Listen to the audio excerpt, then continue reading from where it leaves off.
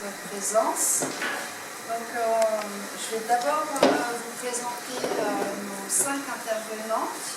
À ma gauche, Gaëlle Octavia, qui est romancière et dramaturge née en Martinique, qui a écrit plusieurs pièces de théâtre et un premier roman en 2017, La fin de Mme Baby, qui a reçu le prix Vettler, et puis La bonne histoire de Madeleine Démétrius, qui est paru en 2020, si je ne me trompe pas, et dont nous allons parler ensemble ce soir. À sa gauche, Emily Bloom, qui est romancière camerounaise, née à Douala, qui a écrit plusieurs romans, dont Les Maquisards, qui sont sortis en 2015 à la Cheminante, qui a été multi-récompensé, qui a eu entre autres le Grand Prix littéraire d'Afrique noire. Et puis son dernier roman, dont il sera question ce soir, Les jours viennent et passent, qui a été récompensé du prix Amadou Kourouma, qui est un prix littéraire décerné au Salon du Livre de Genève, au Salon africain du Salon du Livre de Genève. Et donc avec nous en visioconférence, nous avons la présence de Maboula Soumaoro qu'on voit à l'écran. Bonsoir Maboula. Bonsoir, bonsoir tout le monde. Qui est universitaire angliciste à la fac de lettres de Tours habituellement et qui est en ce moment en déplacement aux États-Unis et qui est en résidence à la Villa Albertine à Atlanta, qui est l'équivalent de la Villa Médicis mais aux États-Unis, et qui est entre autres fondatrice et présidente du Black History Month, qui est en France, qui est une manifestation qui promeut l'histoire et les cultures issues des mondes noirs. C'est une présentation très raccourcie que je fais. Maboula, vous êtes née à Paris de parents ivoiriens, je le précise parce que ça fait... c'est l'histoire du livre Le Triangle et l'Hexagone que vous publiez, que vous avez publié en 2020 aux éditions La Découverte. Et est avec nous aussi en visio Yala Kisukidi. Je ne sais pas si Yala est en ligne avec nous. Je suis là. Ah, bonsoir Yala. Alors Yala, vous êtes universitaire, maîtresse de conférences de philosophie à Paris 8, spécialiste de Bergson et de ce qu'on appelle l'Africana philosophie, qui est, pour le dire très très vite, qui regroupe à la fois les philosophies africaines et la philosophie africaine américaine. Vous êtes franco-congolaise. Là aussi je le précise parce que vous venez de publier, enfin vous allez publier le 25 novembre prochain avec la philosophe brésilienne Jamila Ribeiro, Dialogue transatlantique aux éditions Anakawa. Et pour ceux que ça intéresserait à la suite de cette discussion, le livre est déjà disponible, est déjà en vente sur le site des éditions Anakawa. Et vous revenez, on va en parler, mais avec Jamila Ribeiro, toutes les deux, vous revenez sur vos parcours évidemment différents, mais qui peuvent se rejoindre et qui interrogent la question de votre itinéraire, de qu'est-ce que c'est que d'être une femme désignée noire, une femme noire, dans nos sociétés contemporaines. Et puis avec nous, Ananda Devi, qui est écrivaine mauricienne. Bonsoir Ananda. Bonsoir. Et vous avez écrit des romans, des nouvelles, des poésies. Vous êtes aussi traductrice, vous êtes l'autrice d'une vingtaine d'ouvrages. Je ne vais pas tous les présenter, mais notamment Ève de Sédécombe, qui est paru en 2006 chez Gallimard, qui a reçu le prix des 5 continents de la francophonie. Manger l'autre chez Grasset en 2018, qui a reçu le prix Ouest France étonnant voyageur. Je vais vous dire pourquoi je mentionne tous les prix. Je ne le fais pas toujours, mais ce soir, il y a une raison particulière. Et dernièrement, alors il y a un roman qui est Le Rire des déesses, publié aux éditions Grasset, qui est paru en 2021, cette année, donc qui a été présent en première sélection du prix Médicis. et dernièrement Deux mâles et une marmite aux éditions Projectile, qui sont les éditions de Nassouf Djelani et Jean-Luc Rahariman, que vous connaissez sans doute. Et donc nous sommes réunis tous ensemble autour de cette thématique Afrique-Caraïbes, le grand récit des femmes. Alors c'est un très beau titre, un très beau sujet, mais ça pourrait presque être un sujet de thèse. C'est très très vaste, donc on va aborder, on a décidé de n'aborder que certains aspects de ce grand récit des femmes. En discutant avec Jean-Luc Rahariman, qui m'a demandé de venir modérer cette rencontre, il me disait que bien souvent, quand on parle du récit Afrique-Caraïbes en littérature, souvent on a ce réflexe d'avoir des grands noms masculins qui nous viennent à l'esprit. On pourrait penser à Césaire, à Chamoiseau, Glissant ou Confiant. Et l'idée était de se dire, mais on a ces voix d'hommes, mais que disent aussi les voix féminines? Quelles sont cette part d'histoire qu'elles portent? Qu'est-ce qu'elles transmettent? Que disent-elles? Et on va ensemble à la fois discuter de ces grandes voix féminines, de cette littérature africaine, caraïbéenne, et parler des textes de nos autrices qui sont présentes ce soir. Alors il y a d'autres présences féminines importantes, soit par leur rôle qu'elles ont pu tenir au sein de ces littératures, soit par ce qu'elles ont écrit. Je pense par exemple aux sœurs Nardal, à Suzanne Césaire, qui était la femme de Césaire et qu'on connaît beaucoup moins qu'Aimé Césaire, Simone Schwarzbart, et puis bien sûr aussi pour l'espace francophone, Marie Scondé. Alors je vais vous demander à chacune d'entre vous quelles sont pour vous ces grandes figures féminines, ce qu'elles représentent et en quoi éventuellement elles vous inspirent encore pour votre propre écriture ou dans votre formation intellectuelle. Ananda Devi, je me tourne vers vous en premier parce que, alors je dis, vous publiez Deux mâles et une marmite, dans lequel vous vous adressez en fait à la jeune femme que vous étiez et vous revisitez votre parcours et vous revenez sur votre vocation, l'écriture, et puis vous écrivez, alors je vais vous citer un petit passage, vous écrivez « Il arrive qu'un jour, tout à fait par hasard, pour autant qu'on y croit, a lieu un éblouissement qui changera toujours ton rapport à l'écriture. En fouillant dans les recoins de la bibliothèque de l'Alliance française que vous fréquentez assidûment tes sœurs et toi, tu découvres un rayon presque caché où se trouvent des livres d'écrivains inconnus de vous jusqu'ici, aux noms qui résonnent d'un autre rythme. Chinua Achebe, Amadou Ampateba, Amadou Kourouma, André Brink, Aimé Césaire. Des noms jamais évoqués en classe de littérature anglaise et française au collège ou au lycée, pas une seule fois, ensevelis dans le silence de l'époque, ce début des années 70, où tout nous est dicté par l'Occident. Alors, vous nous racontez que vous découvrez un nouvel univers littéraire, mais que des noms d'hommes. Et du coup, la question que je me posais et que j'avais envie de vous entendre nous répondre ce soir, c'était comment est-ce que aussi, par la suite, vous avez découvert les voix féminines de cet univers littéraire. Oui, bonsoir à tout le monde et merci pour cette introduction. Effectivement, ce sont des noms masculins parce qu'il faut situer l'époque, c'était dans les années 70, au collège, au lycée, où il n'y avait vraiment pas de présence autre que les livres venant d'Occident, donc la littérature anglaise et française, qui m'ont aussi nourri.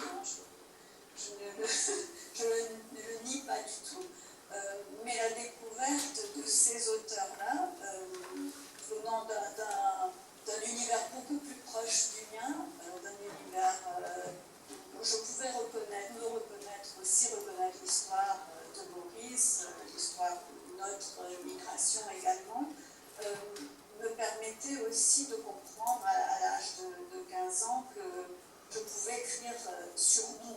Je n'avais pas besoin de m'évader, d'aller de situer mes histoires ailleurs. Je pouvais commencer à regarder mon propre pays différemment. Et donc, effectivement, là, il n'y avait que des noms masculins. Mais à la limite, ce sont des grands noms, donc je ne regrette pas non plus cet héritage-là. Je veux dire par là que ça ne faisait pas une grande différence que ce n'étaient pas des femmes. C'était des écrivains qui m'inspiraient, et donc, à la limite, l'idée que ce soit des hommes ne devenait même pas. C'était simplement, je pouvais puiser quelque chose de très fort dans leur écriture, dans leur manière aussi d'utiliser la langue française, dans leur manière d'aborder des petits sujets tellement différents de ce qu'on disait dans les autres livres qu'on étudiait à l'école. Et donc ce n'est que bien après, en partant pour faire mes études à Londres, que là j'ai eu accès effectivement au livre de Marie Scondé, je pense, était vraiment important là, avec ses goûts Moitié-Tuba, Septième-Langue de Salem, et on avait comme ça se créer un pont, alors que géographiquement, Maurice dans l'océan Indien, les Caraïbes, c'était très loin, et même l'Afrique, parce que même si on était proche du continent africain, il n'y avait pas vraiment d'échange physique, ou même par les lettres, etc. C'était des univers très séparés. Et paradoxalement, ce n'est qu'en allant en Europe, avant que tout ça a commencé à se rassembler. Et ensuite, après mes études, j'ai passé quelques années au Brazzaville. J'ai travaillé pendant quelques années, et là, vraiment, c'était une entrée dans ces univers. Je dirais que oui, Marie Scondé, et puis bien plus tard, Gisèle Pineau, qui est de ma génération, qui est une amie, qui est aussi une voix très particulière, très forte de cet espace. Donc je pense que la littérature, en fait, a rassemblé tous ces espaces qui géographiquement étaient très distants. Et donc, pour moi, l'important, c'était justement de découvrir d'abord Césaire, de l'éblouissement de Césaire, de Romain. Donc, je pourrais jamais, d'une certaine façon, me séparer de leur influence, de cet éblouissement dont je parle dans ce livre. Et puis, bon, j'étais aussi parmi les auteurs mauriciens, donc peut-être la première femme à aborder des sujets aussi de société très difficiles, notamment par les instituts créoles de Courny, et ça ne s'était jamais fait. Donc je suis de certaine façon à Maurice aussi un peu comme quelqu'un qui venait sur une scène où il n'existait pas de femmes, quasiment. Ou alors elles écrivaient des livres historiques, comme Marcel Lagesse écrivait des livres historiques, se passaient pendant la colonisation. La diligence s'éloigne à l'autre. Je me souviens d'un de ces romans qui a eu beaucoup de succès à Maurice, mais ce n'était pas du tout mon univers, ce n'était pas ce dont je voulais écrire. Et donc, oui, s'il faut nommer des noms, je dirais Marie Scondé, c'est certain. Et puis Maria Maba aussi, pour une si longue lettre, qui est aussi un magnifique roman. Emily Boom, vous avez grandi au Cameroun. Comment, pour vous, s'est fait cet accès à cette littérature? Est-ce que ça a été aussi au détour d'un rayon d'une bibliothèque? Est-ce qu'elle était présente là très tôt? Et juste avant de vous donner la parole, je vais lire un extrait des jours qui viennent, les jours viennent et passent. Vous écrivez, enfin, une narratrice de ce roman, on parlera un peu plus tout à l'heure, écrit « J'ai dit que j'aimais tous les livres. Ce n'est pas parfaitement exact. Je me suis longtemps tenue à l'écart de la littérature africaine. J'y lisais une injonction qui ne me convenait pas. Les auteurs étrangers parlaient à un moi intime, Eux convoquaient la couleur de ma peau, ainsi qu'une histoire qui me blessait et m'humiliait. J'étais une femme sensible, en proie au remous de la vie, pas un concept, un combat perdu, un territoire à conquérir, une authenticité à redéfinir. Mon identité ne faisait aucun doute à mes yeux, ou si doute il y avait, leur imaginaire peinait à en restituer la complexité. À l'époque où nous échangions sur nos lectures, je me souviens que Louis vouait une admiration sans borne à Fanon, comme beaucoup de jeunes de sa génération. Je ne partageais pas cet engouement. J'ai dû prendre cet auteur par le mauvais bout car nous nous sommes manqués. Peut-être parce qu'il n'était pas romancier. Je peux comprendre que l'engagement d'un tel homme génère une exhortation péremptoire qui ne sied pas à la fiction. Mais au-delà du propos strictement didactique induit par la lutte, mon peu de goût est à rechercher dans le fait que, plus invisible que les damnés de la terre, il y a leurs femmes, et que même Fanon, malgré sa sensibilité, son intelligence, ne les voyait pas.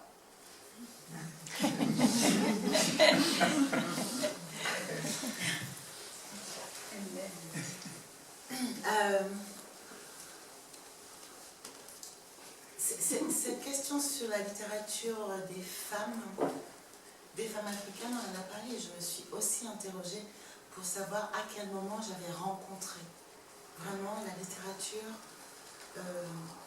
des femmes noires, que ce soit caribéennes ou africaines.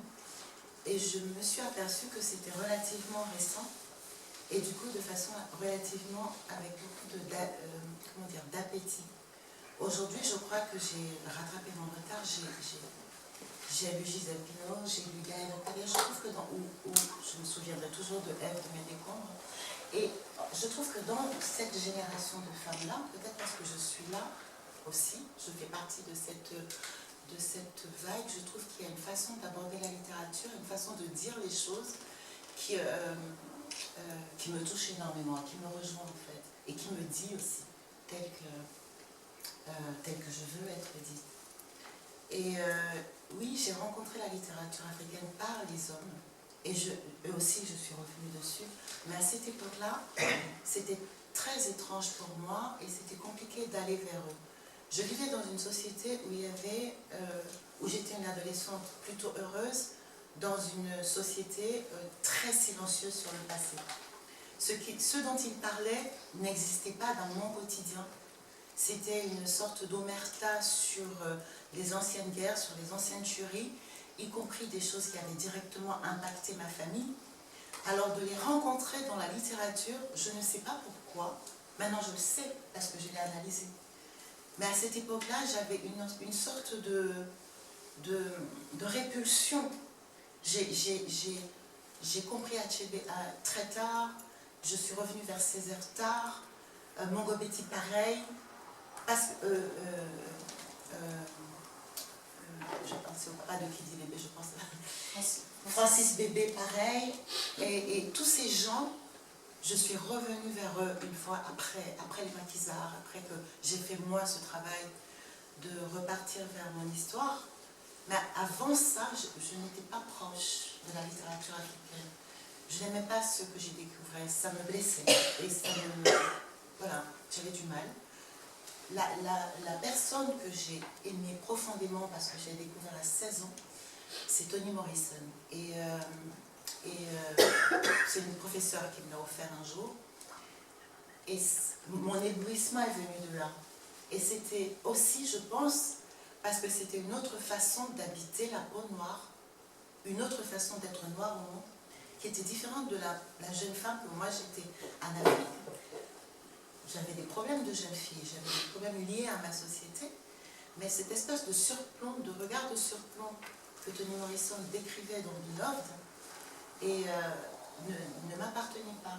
Et je découvrais autre chose, et je découvrais donc une autre porte pour entrer dans cette littérature-là. Et puis la chance qu'on a eue avec, en tout cas que moi je considère comme une chance avec Toni Morrison, c'est qu'elle n'a pas seulement une œuvre colossale, elle a aussi été d'une grande générosité, dans le sens où elle a écrit et expliqué sa démarche. Elle a été didactique. Alors, il a été possible pour moi d'entrer par cette porte et de poser ce regard sur la littérature, sur les Noirs, et petit à petit, ça m'a ramené vers moi, vers l'histoire qui concernait les miens. Mais à la base, le choc entre la réalité que je vivais, ce qui était raconté dans les livres, et le silence, et le poids du silence, l'abstraction qui pesait tellement, faisait que je n'étais pas forcément capable d'aller vers cette littérature-là. Ça m'est venu bien plus tard. Et Gaëlle Octavia, je voulais vous faire réagir à ce que vient de dire Emily. Je crois que Toni Morrison aussi a été importante pour vous. Et en même temps, peut-être Ananda Devi disait que aussi pour Maurice, elle a eu un rôle, c'est une pionnière aussi. Elle a été une des premières femmes à écrire. Et il y a peut-être aussi une évolution. Ici tout à l'heure, à chaque fois que je vous ai présenté, j'ai détaillé aussi les prix que vous avez reçus. C'est aussi, je crois, on pense ce qu'on veut des prix littéraires, mais c'est aussi une reconnaissance qui arrive aujourd'hui, je crois, peut-être, enfin vous allez peut-être me dire pas du tout, je me trompe, mais aussi une reconnaissance qui vient du monde littéraire, que les femmes écrivent et qu'elles ont de magnifiques choses à nous dire et qu'il y a une reconnaissance enfin aussi de ces textes-là. Alors, en ce qui me concerne, moi j'ai eu un grand choc littéraire à l'adolescence. C'était pas Toni Morrison qui arrivait plus tard, pour moi, pas à l'adolescence, à l'âge adulte. C'est vraiment Marie Scondé, qui a déjà évoqué Ananda. Alors, moi je suis née et j'ai grandi à la Martinique, qui est, comme vous le saviez, qui était un département français qui reste un territoire français, d'outre-mer. La France, c'est un pays extrêmement centralisé, tout vient de Paris. On a déjà Paris et la province, mais alors imaginez l'outre-mer. Voilà, ça se passe de commentaire. Donc, quand on grandit en outre-mer, je crois, on a vraiment le sentiment d'être loin de là où se font les choses importantes. On est derrière le dos du bon Dieu, quoi. On est vraiment loin de tout, loin de ce qui se fait, loin de ce qui se fait de mieux. Et même si ce n'est pas toujours vrai, en réalité, en fait, on a aussi des choses de qualité chez nous, mais on a vraiment ce sentiment qui est très fort. Et on est éduqué dans le système scolaire français quand on est Martinique, quand on est une petite Martinique. Moi, j'ai quitté la Martinique après le bac, hein, donc j'ai vraiment grandi là. Qui est évidemment un système scolaire où la littérature enseignée est une littérature tout à fait européenne et masculine. Donc, les auteurs caribéens, si grands soient-ils, et africains, enfin même pas, même des monuments comme Césaire ne nous sont pas enseignés, en tout cas, alors j'espère que ça a changé, hein, depuis que ça fait quand même longtemps que je suis sortie du système scolaire, mais en tout cas dans ma jeunesse, on a eu un professeur en première, j'ai eu un professeur qui était quelqu'un d'un peu militant, indépendantiste, etc., qui nous a enfin fait lire Saint-John Perse, Aimé Césaire, Patrick Chamoiseau. Patrick Chamoiseau venait d'être auréolé du Goncourt, on l'a invité. Je veux dire, la Martinique, c'est 370 000 habitants, un tout petit territoire, c'est à peu près 40 de long sur 20 de large, 1 kilomètre. Donc, avoir un prix Goncourt qui est à si peu de distance de votre lycée, c'est une chance dont on a bénéficié simplement parce qu'on avait un prof un peu militant. Donc, tout ça pour vous dire que la littérature, telle qu'elle m'a été enseignée, elle était blanche et masculine. En fait, alors, dans ma vie personnelle, en dehors de l'école, elle a été féminine assez tôt, parce que j'ai été biberonnée à la comtesse de Ségur, à Georges Sand, etc. Donc le fait que des femmes européennes, en tout cas, pouvaient écrire, ça, c'était pas absurde pour moi. Mais c'est vrai, ce que disait Ananda quand Séverine lui a fait remarquer qu'elle citait des auteurs noirs, des auteurs masculins, c'est vrai que la présence d'auteurs qui nous ressemblaient un peu et qui parlaient d'une expérience sociale qui pouvait être la nôtre, ou d'une expérience intime, ou d'une façon d'être au monde qui pouvait être la nôtre, c'était déjà tellement fou qu'on ne pouvait même pas se demander est-ce que c'est des femmes ou est-ce que c'est des hommes. Déjà, voilà, avoir des gens qui nous ressemblent un peu, c'était déjà extrêmement rare. Mais en tout cas, en dehors de l'école, il y avait la maison. Et il y avait mes parents qui, heureusement, avaient une bibliothèque bien fournie,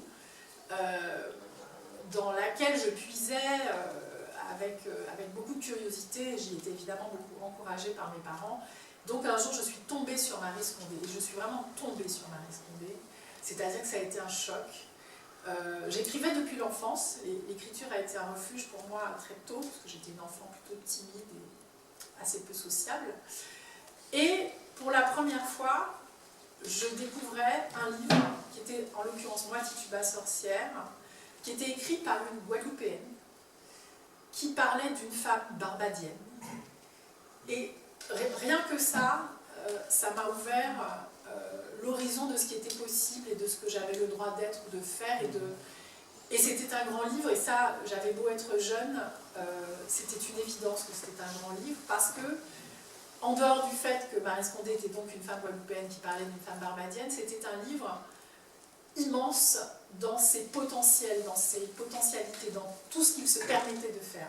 C'est-à-dire, c'est à la fois un livre historique, c'est un livre qui convoque de la magie, du réel, du pas réel, de l'imaginaire, et tout ce que permettait en fait cette lecture pour l'écrivaine en herbe qui ne se savait pas forcément, enfin je veux dire qui écrivait sans penser que ça pourrait devenir quelque chose d'intéressant pour les autres, c'était d'abord un geste que je faisais pour moi-même, mais en tout cas, tout de suite, c'est des tas de portes qui se sont ouvertes d'un coup à toutes sortes de points de vue. Et donc, vraiment, Maryse Condé a été fondamentale. Je le lui répète à chaque fois que je la vois, parce que j'ai eu la chance de la rencontrer depuis, elle s'est devenue une amie. Elle n'en revient pas d'ailleurs, parce que il faut aussi souligner que Maryse Condé n'a pas été, et n'est toujours pas, à mon sens, reconnue à sa juste valeur, y compris dans la grande histoire de la littérature caribéenne. J'ai eu l'impression, quand je suis devenue autrice à mon tour, que la manière dont on écrivait cette généalogie, avec le grand Césaire en grand-père, et puis Glissant, et puis Chamoiseau, la génération Chamoiseau-Confiant, j'avais l'impression que les auteurs hommes n'avaient absolument aucune difficulté à faire l'impasse sur les femmes. C'est-à-dire exactement d'ailleurs comme, vous savez, ce fameux dessin qui représente la généalogie humaine, c'est-à-dire les Australopithèques, Homo erectus, blablabla, c'est toujours dessiné avec des hommes. Un jour, il y a une artiste d'ailleurs qui a fait ça avec des femmes et tout le monde a trouvé ça étrange. Mais c'est exactement la même chose, on fait la grande généalogie dans la littérature caribéenne et on exclut très facilement, en tout cas les hommes, exclut très facilement un monument tel que Maryse Condé, c'est complètement fou. Et évidemment, en tant qu'autrice, en tant que femme qui écrit, je pense que c'est très important, même si notre éducation, le fait que les livres de littérature à l'école soient remplis d'hommes, ça peut nous mettre dans la tête l'idée qu'on peut tout à fait, que la littérature peut tout à fait se passer des femmes. Et je pense qu'on est tous un petit peu imprégnés de ça, et qu'il faut absolument lutter de manière consciente contre ça. Et effectivement, sans doute quand on vous demande vos influences, les premiers noms qui viennent sont des hommes, parce que concrètement c'est ça qu'on a mis dans nos vies de littérature en premier. Mais en fait les femmes, quand on les cherche, on les trouve finalement. Et même si elles sont venues après, c'est vrai que c'est important de dire ce qu'elles nous ont apporté. Mabula Soumaoro, je ne sais pas si vous êtes toujours là. Mabula? Je suis toujours. Ah. Parce qu'en fait, pour vous dire, on ne vous voit pas les trois en même temps, donc on ne sait jamais. On a toujours peur que. Enfin, moi j'ai toujours peur que la technique nous lâche, mais. Dans la technique, c'est bon. Bon. Mabula, on vient de l'entendre, là, Maryse Condé, Toni Morrison, l'espace s'élargit et en fait on parlait de Afrique, Caraïbes, on est allé un petit peu plus loin que la Caraïbe avec l'Amérique, enfin les États-Unis, et ça dessine vraiment ce que vous expliquez dans votre livre Le Triangle et l'Hexagone, qui est un espace transatlantique. Qui est un espace, alors vous allez nous l'expliquer, qui est un espace à la fois historique, économique et culturel. Et vous expliquez dans cet ouvrage dont le sous-titre est Réflexion sur une identité noire, que vous êtes née française de parents ivoiriens. Il se trouve, ça je l'apprends à travers les années et les décennies, que ces continents, ces trois continents, ces continents donc africains, européens et américains, constituent ce que certains ont appelé depuis longtemps, soit on a utilisé le terme les Amériques noires, là plus récemment, depuis 1993, Paul Gilroy, le Britannique, a théorisé The Black Atlantic, l'Atlantique noir qui est maintenant disponible en français, qui a été traduit en français et dont la préface de la traduction française a été rédigée par Nadia Yalaki-Sotibi. Donc maintenant, on a une sorte de conscience de cette histoire, de ces circulations, de ces pérégrinations et de ces transmissions.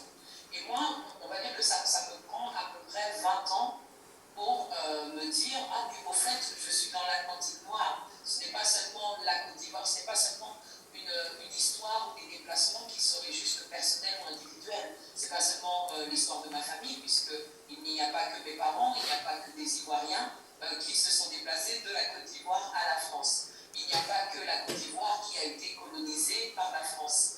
Et il n'y a pas que moi, en tant que personne, qui part depuis Paris pour aller à New York et qui commence à visiter le reste du continent américain. Et même si l'entrée dans les Amériques s'est fait par les États-Unis, j'ai l'impression que tout s'est fait à rebours et que c'est après avoir visité l'ère anglophone que je me suis retrouvée dans l'ère francophone. C'est-à-dire que j'ai visité la Martinique, la Guadeloupe, la Guyane, bien après avoir visité les États-Unis, le Canada ou, je ne sais pas moi, la Jamaïque ou Trinidad. Et donc petit à petit, en fait, c'est une prise de conscience donc, par étape qui fait qu'on revient, je finis par revenir dans l'hexagone. Mais au départ ce n'était pas conscient. Donc évidemment, toutes ces évolutions, elles ont été accompagnées par des lectures. Et là, je dois également insister sur le fait que je n'ai pas commencé par le roman. Et ça, c'est du fait de ma formation universitaire. Moi, je suis angliciste et je suis civilisationniste. Donc au départ, je lis tout ce qui a trait à l'histoire ou tout ce qui a trait aux cultures, aux civilisations. Et petit à petit, et je pense que là je rejoins ce qui a été dit précédemment, je m'aperçois que quand on lit Marie Scondé et qu'on commence par Ségo, que je lis depuis les États-Unis, je ne l'ai pas lu en France, Ségo, je le lis aux États-Unis, je le lis parce que j'ai eu la chance de rencontrer Marie Scondé et plus tard de la voir comme professeure. Donc c'est elle qui m'intime de lire Ségo, en me disant tu t'appelles Soumoro, est-ce que tu as lu Ségo? Et moi je ne vois pas le rapport entre Soumoro et Ségo au départ. Et je finis par lire Ségo, et c'est un premier choc parce que c'est la première fois que je vois des mots bambara dans un livre, dans un roman. Et moi je suis Djoula, enfin ma famille est Djoula, et donc la langue Djoula est une des variations du bambara. Donc c'est la première fois que je commence à approcher une partie de moi-même dans un roman. Et ensuite, il est important de souligner le fait qu'un livre comme Ségo, c'est un livre qui est très sérieusement historique. C'est un roman, mais un roman qui s'est... dont on va dire, les recherches qui ont été menées pour l'écriture sont très réelles et sont traçables. Donc il y a cette volonté d'explorer un chapitre de l'histoire africaine, ouest-africaine, et de l'histoire de la diaspora, en ayant absorbé des sources historiques très précises et en maîtrisant, on va dire, ce contexte-là, et moi je dirais, en traduisant ces occurrences historiques en langue, on va dire, romanesque. C'est ça, c'est pas juste de l'imagination, c'est de l'imagination, mais sur la base d'une histoire très précise. Donc ça a été vraiment un choc. De lire en français depuis l'étranger, de lire en français depuis l'étranger, quelque chose qui touchait un peu à l'histoire de ma famille, qui était une histoire un peu méconnue pour moi, parce que même si je la pratiquais au quotidien, je vivais dans un milieu ivoirien et djoula, il y avait quand même déjà des pertes, il y avait déjà le déplacement, on était déjà dans un ailleurs, et donc coincé entre la France et cette Côte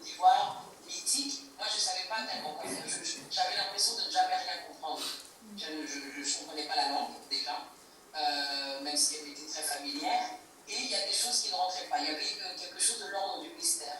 Il y a, au pays, ça se passe comme ça, nous on fait comme ci, nous on fait comme ça, et ce nous, eh ben, je me demandais en quoi j'en fais partie. Est-ce que j'en fais vraiment partie, est-ce que je n'en fais pas partie? Et dans le même temps, il y a le rapport à la France qui ne m'inclut pas non plus dans ce nous. Donc voilà, une lecture comme Sigo a été une lecture très importante. Et après Sigo, j'ai lu beaucoup de choses de Marie Scondé, mais le point d'entrée a été Sigo. Et ce qui m'a plu, c'est déjà l'ambition, les 2 tomes, l'ampleur, l'ancrage dans le continent africain, mais avec cette ouverture vers la diaspora. Donc on n'est pas que en Afrique subsaharienne, on va aussi en Afrique du Nord, on va par exemple à Londres, au Royaume-Uni, on va à la Jamaïque, et c'est vraiment, moi c'est ce souffle-là et ce mouvement et ce dynamisme que j'aime chez Marie Scondé, c'est-à-dire qu'on se déplace. Et après, dans d'autres lectures d'elle, son premier roman, En attendant le bonheur, qui peut être très déstabilisant, moi, m'a énormément plu parce qu'il était, j'ai envie de dire, dissident, complètement arrogant. Le personnage de Véronique Mercier, c'est comme si on voulait même lui mettre 2 chiffres, enfin, elle n'est pas aimable. Et j'aimais bien l'idée d'avoir un personnage féminin assez libre, pas nécessairement héroïque, pas nécessairement, je sais pas moi, pas la figure d'une sainte, pas quelqu'un qui est seulement dans le sacrifice, enfin voilà, une femme qui a du répondant, qui est critique, voilà, j'ai bien aimé, même si c'est assez déroutant. Et après, je pense qu'il y a des noms qui ont déjà été discutés. Toni Morrison, évidemment, a été un véritable choc. Et le choc n'a pas été Beloved, c'était pas mon premier roman de Toni Morrison. Le premier roman de Toni Morrison, c'était L'œil le plus bleu de Bluest Eye, qui est son premier roman et qui parle d'une histoire d'inceste dans une famille africaine-américaine et qui utilise cette occurrence de l'inceste pour parler des Africains-américains. Et je me suis demandé comment on pouvait s'autoriser, dès le premier roman, à jeter un tel pavé dans la mare, à briser un silence et un tabou communautaire. C'est-à-dire que les gens vont parler des Noirs, et en plus on va parler des femmes, et on va parler des petites filles dont on parle encore moins, mais on va le dire et on va le publier. Donc j'ai toujours admiré ce premier geste littéraire de Toni Morrison, de commencer sa carrière avec un tel livre. Donc c'est les 2 exemples que je peux donner. Après, juste pour finir, parce que je crois que j'ai été très longue, pour finir, il y a une personne que je voudrais mentionner qui a été encore plus intéressante, enfin pas encore plus, mais plus proche de moi, c'est vraiment Zadie Smith, en fait, qui est beaucoup plus contemporaine, et qui, en 2000, elle publie donc ses Sourires de loup en français et White Teeth en anglais. Là, c'est vraiment la première fois que j'ai lu les pages venant d'une femme qui avait mon âge à peu près, qui était née dans une capitale européenne, qui était d'ascendance jamaïcaine et britannique, qui avait l'air d'être de ma génération et qui commençait à raconter son histoire depuis un ancrage afro-européen, j'ai envie de dire. Et donc là, ça m'a fait encore plus de bien, parce que c'était pas seulement résoudre les mystères de la généalogie de la famille, c'était aussi maintenant, en tant que personne d'ascendance africaine née en Europe, qu'allions-nous pouvoir dire depuis notre perspective et depuis notre langue. Donc Zadie Smith, même si je n'ai pas commencé à écrire dès que j'ai lu Zadie Smith, mais White Teeth, c'est ça, je me suis dit c'est possible de raconter ces histoires, nos histoires, pas celles seulement de nos parents, mais les nôtres. Voilà, c'est ce que je peux dire.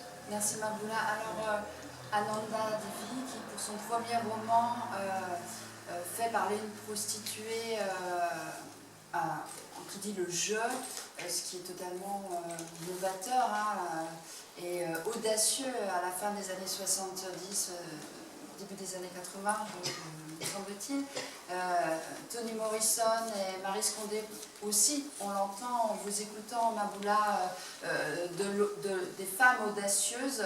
Et il y a Lakisu qui dit, je crois qu'il en faut aussi beaucoup d'audace et de courage pour les femmes africaines ou caribéennes, africaines-américaines ou afro-descendantes pour s'imposer aussi dans le champ de la philosophie, parce que s'il y a encore, je crois, une discipline très misogyne, c'est pour bien la connaître, la discipline philosophique, qui sont les femmes philosophes africaines ou afrodescendantes, caraïbéennes, africaines, américaines.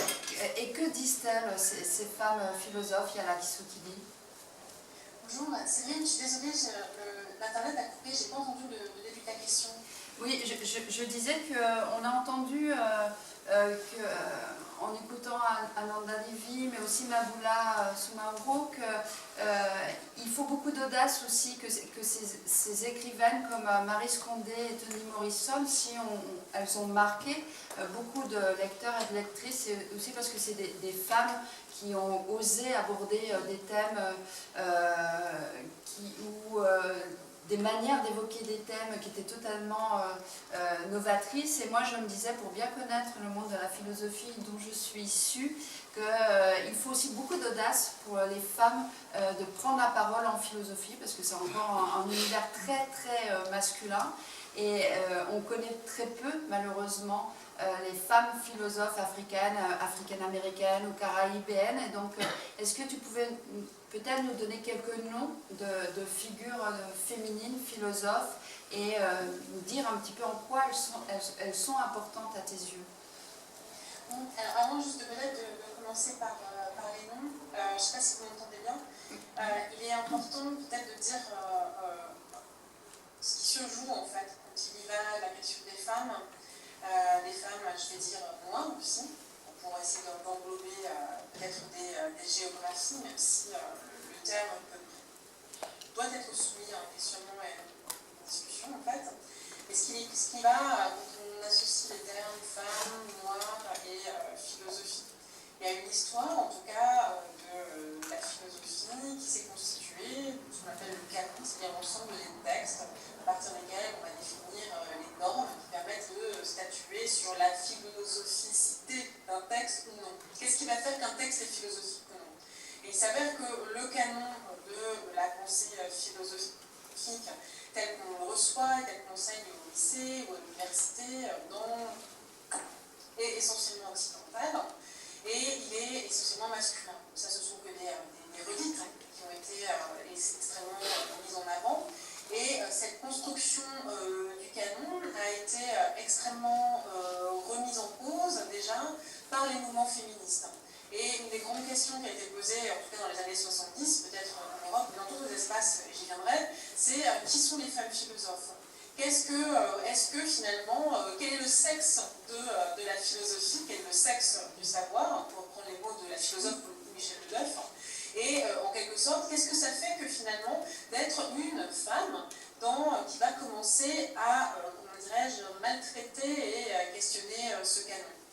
Et la question, en gros, elle est simple, c'est comme si finalement l'idée femme philosophe était un oxymore, c'est une contradiction dans les termes, comme si finalement le lieu même de la souveraineté de la raison d'emblée excluait cette autre partie de l'humanité. Mais la question se corse, et désolé, j'ai fait une lecture intersectionnelle, mais la question se corse en fait quand on commence à ajouter d'autres qualificatifs. Qu'est-ce que serait donc une femme noire philosophe? Qu'est-ce que c'est que par exemple un philosophe africain, etc. Et on se rend compte que finalement les oxymores se redoublent.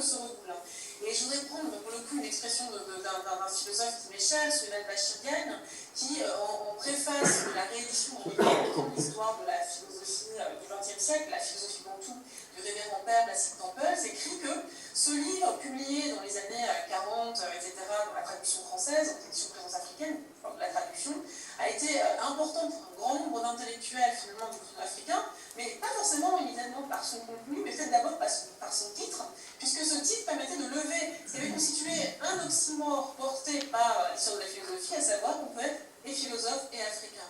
africain étant justement le nom de la déraison, qu'on pouvait enfin associer au nom l'explicitant, en tout cas l'apportant avec le plus de force, savoir philosophie. Et donc en gros, la question de, comment dirais-je, des femmes noires, philosophes, africaines, afrodescendantes, tout que sais-je encore, c'est comme si à chaque fois vous redoubliez le nombre de fois où vous associez des qualificatifs au nom philosophie, qui serait peut-être précisément la négation de la philosophie. La femme philosophe serait peut-être trop émotive pour prétendre à la raison, et la femme noire philosophe, lorsqu'elle manifesterait trop son rapport au continent justement de la fin de la raison, ne serait pas capable de produire des choses. Donc vous êtes toujours dans un moment où finalement votre corps va faire peser une contrainte sur les livres auxquels vous êtes confrontés, sur les bibliothèques philosophiques auxquelles vous êtes confrontés. Vous ne pouvez pas effacer votre corps. Tout vous rappelle finalement, dans les bibliothèques qui sont celles que vous ouvrez, que votre corps est une cible, puisque c'est un corps exclu de la philosophie. Donc de ce fait, quand vous vous dites femme noire philosophe, vous habitez un corps critique qui vous invite immédiatement à questionner le canon, les bibliothèques auxquelles vous êtes confrontés, et une fois que vous avez commencé à critiquer, la question c'est mais qu'est-ce qu'on propose? Alors moi je sais que dans les... j'ai voulu faire cette petite intro préalable pour dire que déjà, un point qui va être important, c'est que quand on commence à devenir un corps critique, à questionner la manière dont sont construits les canons, dont sont construits nos bibliothèques, quand on commence à interroger les exclusions de ces bibliothèques, et quand on commence aussi à interroger, ou en tout cas à essayer de nourrir ces bibliothèques en disant mais quels peuvent être leurs versants utopiques, et pas simplement être dans un travail de déconstruction, mais se dire mais quelles sont les propositions, on se rend compte aussi que les écritures finalement philosophiques, elles explosent complètement.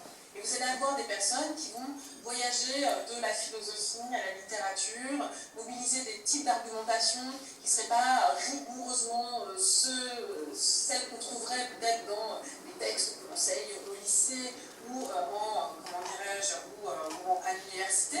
Et je dis cela pour vous dire simplement que de grands intellectuels qui peut-être ne sont pas tatoués du nom philosophie peuvent tout à fait apporter ce que j'appellerais des contributions à la philosophie. Et par exemple, un des premiers noms qui nous vient, ce ne serait pas immédiatement une intellectuelle qu'on qualifierait de philosophe, mais pour moi c'est une intellectuelle qui a une place extrêmement importante pour l'histoire de la philosophie et dont les textes font événement, en tout cas, pour la philosophie. Et une personnalité, pour le coup africaine-américaine, comme Bell Hooks, me paraît par exemple fondamentale pour la pensée philosophique. Elle a réfléchi à la constitution du canon, elle a réfléchi aussi à ce que c'est que le positionnement d'un corps critique dans le champ du savoir, et ce que ça impliquait peut-être politiquement, comment finalement de fait être ce corps critique d'emblée politise vos écrits, pas parce que vous seriez un méchant militant qui immédiatement prend en charge la cause de tout le monde, mais parce que en vous positionnant comme corps critique, vous commencez à devenir, comment dirais-je, un corps explosif. Vous passez dans des lieux où vous éclatez les bibliothèques, vous les recomposez, vous les questionnez, vous vous rendez compte finalement que vous aimez des auteurs qui sont racistes, c'est pas la raison pour laquelle vous allez les publier, et vous vous interrogez même sur vous-même. Mon auteur préféré est un auteur raciste, et moi il y a des auteurs dans la bibliothèque, je ne brûlerai jamais la bibliothèque, qui me constituent comme cible, et ce sont des auteurs qui pourtant m'ont nourri et continuent à me nourrir. Et ce qui est intéressant finalement avec un grand nombre d'autrices, en tout cas une autrice comme Bell Hooks, j'en citerai d'autres après, c'est que finalement vous habitez vos bibliothèques comme une contradiction. Et vous vous installez dans ces contradictions et vous regardez comment elles vous affectent, comment elles vous font penser en fait. Donc je dirais une autrice comme Bell Hooks par exemple, et aussi les autrices de la littérature évidemment, qui m'ont fait penser. Et je pense aussi à une autrice en fait de philosophie du continent africain. C'est la première que j'ai rencontrée, mais j'ai rencontrée par la littérature en fait, c'est Adela Boni, que je lisais énormément en fait, et j'ai découvert d'abord par ses romans en fait, et ça a été pour moi une joie immense de me rendre compte qu'elle n'était pas, je suis désolée pour toutes les romancières que j'admire par ailleurs, et je suis très heureuse d'être à vos côtés, mais qu'elle n'était pas que romancière, mais aussi philosophe. Et c'est vrai que dans mon désir, dans le désir qui était le mien quand j'étais étudiante et encore maintenant en fait, c'est vrai que ça a toujours été pour moi un immense bonheur en fait de découvrir des philosophes qui n'étaient pas européens, des philosophes femmes, mais aussi des philosophes, comment dirais-je, du continent. Et pour moi, le continent était extrêmement important parce que là aussi, quand j'étais au lycée, je savais que j'aimais déjà la philosophie.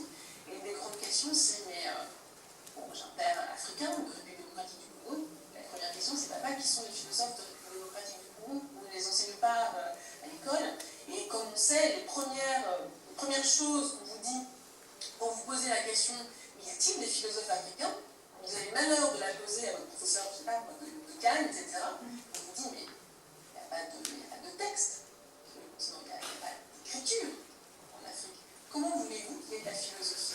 Et donc voilà le genre de bêtises que vous devez traîner avec vous, parce que le premier argument que vous recevez quand vous êtes une jeune lycéenne, faisant ses études au lycée à Amiens, Picardie, etc., dans les années 90, mais j'aborde pas tout ça.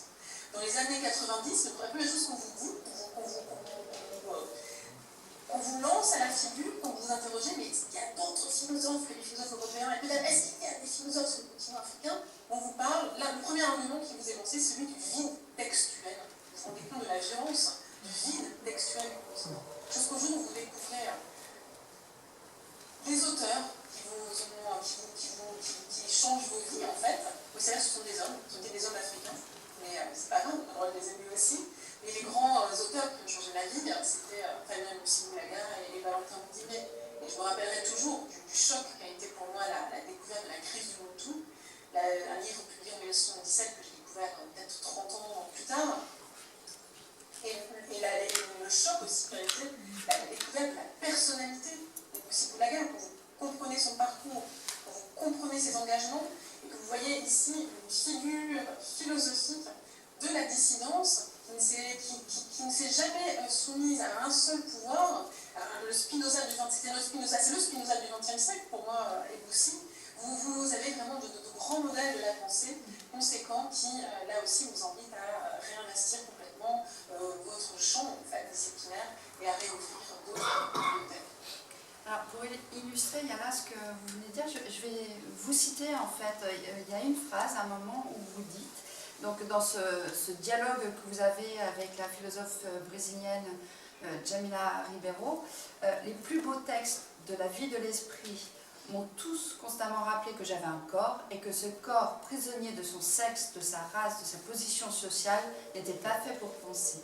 La question des limites de la philosophie s'est alors légitimement posée, celle de ma place aussi dans cette discipline. Et en fait, j'insiste sur le ma place parce que dans la réflexion que vous menez avec Djamila Ribeiro, c'est que vous partez de votre expérience personnelle, intime, de l'expérience de votre corps et comme le fait Mabula Soumahoro dans Le Triangle et l'Hexagone. Et ça, on n'a pas l'habitude de le faire en philosophie. Et vous écrivez les universitaires françaises perçus comme non blancs, non blanches. Je dis les mots redondants parce que c'est écrit en écriture inclusive. Donc je fais la répétition. Qui travaillent sur les dominations dans leur dimension intersectionnelle sont systématiquement qualifiés de militants ou militantes. Leur corps viendrait miner la scientificité, l'objectivité des savoirs qui elles produisent, puisqu'elles seraient à la fois sujet et objet de leurs études, incapables donc de la distance nécessaire, prisonniers de leur affect et agressifs, et elles ne construiraient que des opinions et jamais des savoirs. Et je me disais en préparant cette rencontre que peut-être si on devait aborder un point de ce grand récit des femmes, c'est peut-être ce récit qui va puiser ou revaloriser aussi l'intime, y compris en philosophie. Oui, d'ailleurs, je tiens à préciser, puisqu'on était dans les noms des préfaces, que je suis très heureuse que Mabula Soumahoro ait accepté de préfacer ce livre, parce que moi j'étais très sensible, j'ai beaucoup aimé Le Triangle et l'Hexagone, et il y avait comme une espèce de sonorité intellectuelle en fait, qui se dessinait peut-être à la suite de cet ouvrage qui était construit dans des circonstances tout à fait différentes et particulières. Ce qui m'amène à vous demander de reposer la question que je vais oublier. En fait, de dire que peut-être parce qu'on ne peut pas tout aborder, je m'étais dit que peut-être la question de l'intime était intéressante parce qu'il y a une revalorisation, y compris philosophique, de l'intime.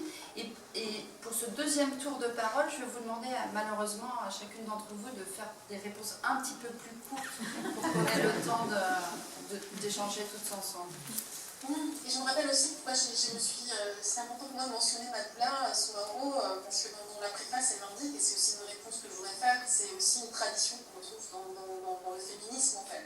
Cette mise en avant du corps, la mobilisation, en tout cas du récit de soi, comme une expérience importante, même pour reconstruire des discours, objectifs, des discours de savoir, qui auraient invisibilisé des expériences. Eh bien, tout cela fait que les récits de l'intime, en tout cas, sont fondamentaux, en tout cas, pour reconstruire de nouveaux discours. Donc ici, finalement, on s'inscrit dans une tradition féministe importante, pas seulement féministe noire, on la retrouve dans un ensemble de courants féministes, consistant finalement à réinterroger l'intime pour saisir comment l'intime nous dit quelque chose de politique, comment il témoigne, en tout cas il manifeste une situation politique, et comment il permet de reconfigurer un ensemble de discours qui ont constamment invisibilisé ou effacé les expériences de l'autre moitié de l'humanité. J'ai fait court. Merci. Et Mamoula, je voudrais vous faire réagir à ce que vient de dire Yala. Et d'ailleurs, puisqu'on parle il a été question de féminisme, sur le modèle de la charge mentale, pour parler de toutes ces charges qui incombent aux femmes, en plus du travail de pensée à la gestion du quotidien, du repassage à faire des courses pendant que vous êtes au travail. Vous savez, vous faites votre liste de courses sur un petit post-it, etc. Vous avez forgé aussi cette expression de charge raciale qui est cette tâche épuisante d'expliquer, de traduire, de rendre intelligible les situations violentes, discriminantes ou racistes. Et je voudrais vous citer parce que sur cette idée que, en fait, si on est philosophe ou si on écrit un essai, on ne pourrait pas parler de soi parce qu'on ne serait plus objectif, on ne serait plus scientifique. Vous écrivez je renonce à cette distance dite critique et à l'illusion de la scientificité neutre et objective, tout en laissant de côté les accusations de non-rationalité et d'incapacité à raisonner et à analyser. Le pronom « je », si l'on est chercheur, est à proscrire absolument.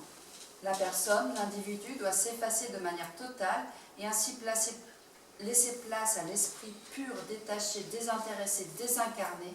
C'est bien ce dernier point que je souhaite interroger, car mon « je » est celui d'une femme noire, évoluant principalement entre l'Hexagone et d'autres terres du triangle atlantique. Pour ces raisons, mon corps ne saurait se voir effacé de l'équation. Comment pourrait-il en être autrement ? Les espaces dont il est question ici sont ceux qui ont façonné ce corps qui est mien et qui, quel que soit le lieu, est perçu comme noir. Et cette perception a des conséquences concrètes qui, elles-mêmes, ne peuvent qu'entrer en contradiction directe avec la posture intellectuelle prônée de distance critique. La distance m'est impossible, je ne la désire même pas. Je lui cherche le point de vue, je lui préfère, le point de vue, l'approche, l'analyse située, car en vérité nous le sommes toutes et tous. Personnellement, je n'ai tout simplement pas le loisir de pouvoir me désincarner et penser de façon complètement détachée le monde, les sociétés, les populations. Cette utilisation assumée du pronom « je » nécessite en outre une forme de courage et d'audace.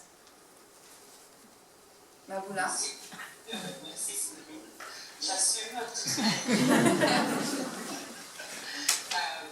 Depuis l'étranger, c'est toujours plus facile. Non, mais plus sérieusement, en fait, la grande critique intellectuelle ou la grande critique politique qui a été menée, c'est vraiment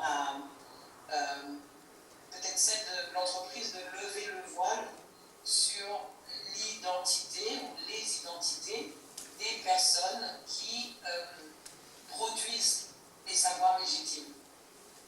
Et c'est comme si on pouvait se dire aujourd'hui ou accepter très facilement que ces savoirs légitimes qui constituent, donc, alors on a utilisé aujourd'hui les termes canon ou bibliothèque, tous les panthéons sont dans leur vaste majorité des hommes. C'est le premier point, des hommes. Ensuite, on peut géolocaliser Et on peut, dans ces cas-là, on peut s'accorder sur l'origine, après il y a plein de choses qui sont contestables, mais l'origine européenne. On pourrait aller plus loin dans ces qualificatifs, c'est-à-dire que c'est une pensée qui émerge de classe